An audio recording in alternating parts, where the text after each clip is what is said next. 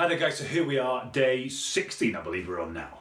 Now I'll come to kind of my journey at the end of the video, because first I want to explain something that occurred yesterday as I was teaching my girlfriend to kitesurf, which if you haven't already agreed to it and you are thinking of doing so, stop right now.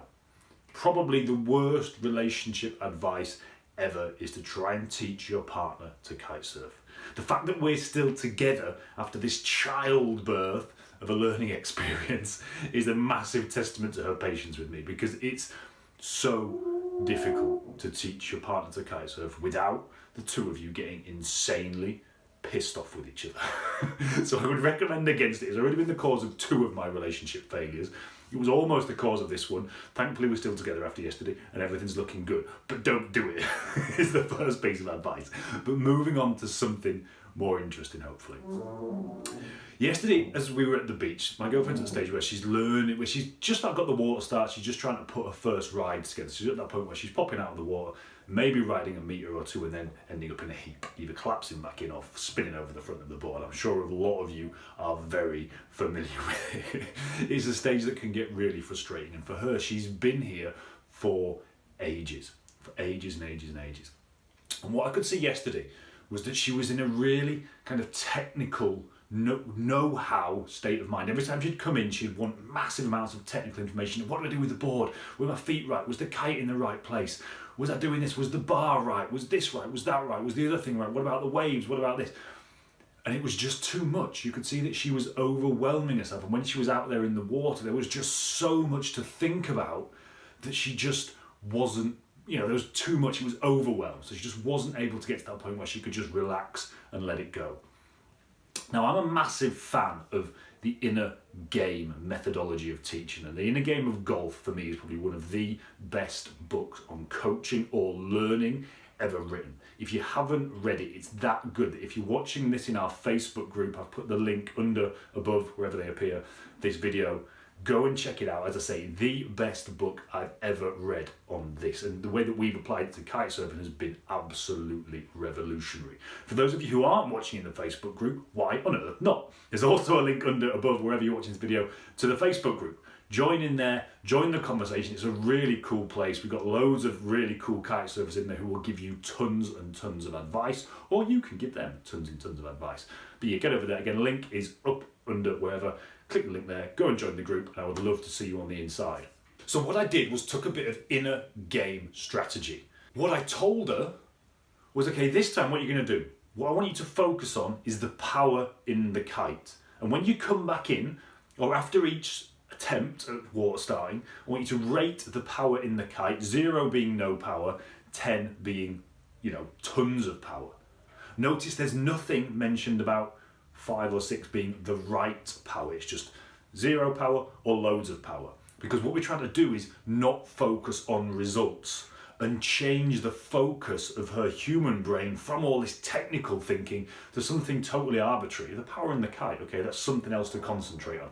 To the point where she has to give it a rating after each stroke and then come back in at the end of the drift downwind and tell me, well, the first one was a 9, the second was a 7, the third one was a 1, so that she's actually concentrating on that instead. What happened? The results of this went out. The first 2 attempts were awful. The worst of the day, the worst for a long, long time. She just got catapulted over the front without even anywhere nearly coming out in a discernible water start. Then after that, the 3rd attempt popped straight up, glided super comfortably for 10 yards, and then, as she said, she just stopped. I didn't want to go any further. I didn't know what to do.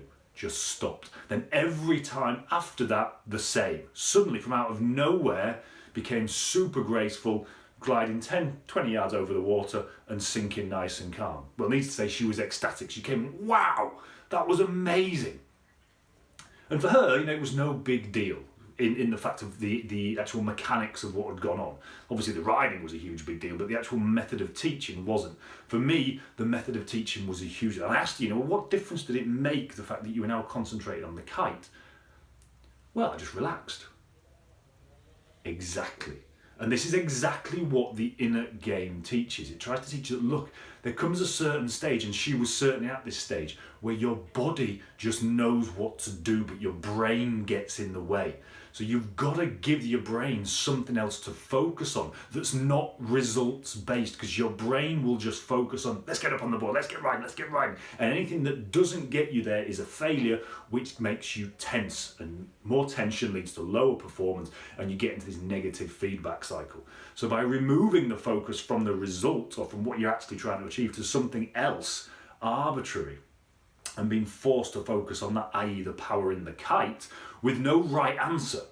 You know, it's too little, it's too much. I'm not saying there's a perfect amount of power, I'm saying, sorry, not too little, too much. No power, loads of power. Notice there's no right answer there. You've got loads of power. Okay, that's as good as too little power, or as good as just right power. You know, there's no arbitrary right in there. It's just what is. And by doing that, it totally relaxes the brain and lets the body, this inner intelligence, if you like, take over. Now, for her, it was revolutionary, because she went on then, you know, all day just reproducing these efforts. Just the best she's ever been. And the conditions weren't that easy. So the next time that you're at this stage of really struggling with something, what we tend to focus on is the minutiae of the details. You know, does my left hand need to move a little bit that way? Is my right knee doing the right thing? And I'm not saying they're not important. They have their place. But when you're trying to execute, have faith that your body knows what it's doing, and try and distract that human brain with something else. Give it something else to think about, and let your, what I would call your natural intelligence, come out and just do it. You know, when you're actually riding, for those of you, or think of something that you do really, really well, you are not constantly analysing what you're doing. The effort is effortless. You're just doing. And there's no conscious thought. If there is conscious thought, you're thinking about something else, because you've got the task dialed that much that you don't need to think about it. As soon as you start to focus on what you're doing, performance generally declines. So again, I'm not saying there's no room for technical know-how and things like that. There certainly is. But when you're out there struggling with it, try and forget about it. Focus on something different. Let the body take over.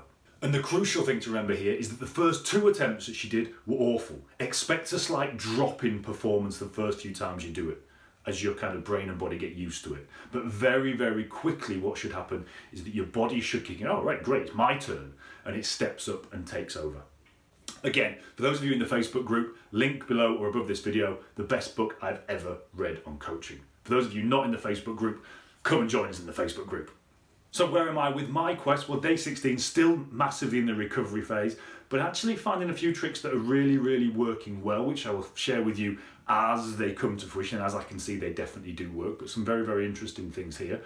Also this morning, heart rate variability still down low, i.e. not fit to train, but had shifted right over into parasympathetic, which is much, much better. That's the feed and breathe. In fact, it was overcompensated. It was saying it was too far into parasympathetic. Now, again, as was pointed out yesterday, HRV is a trend.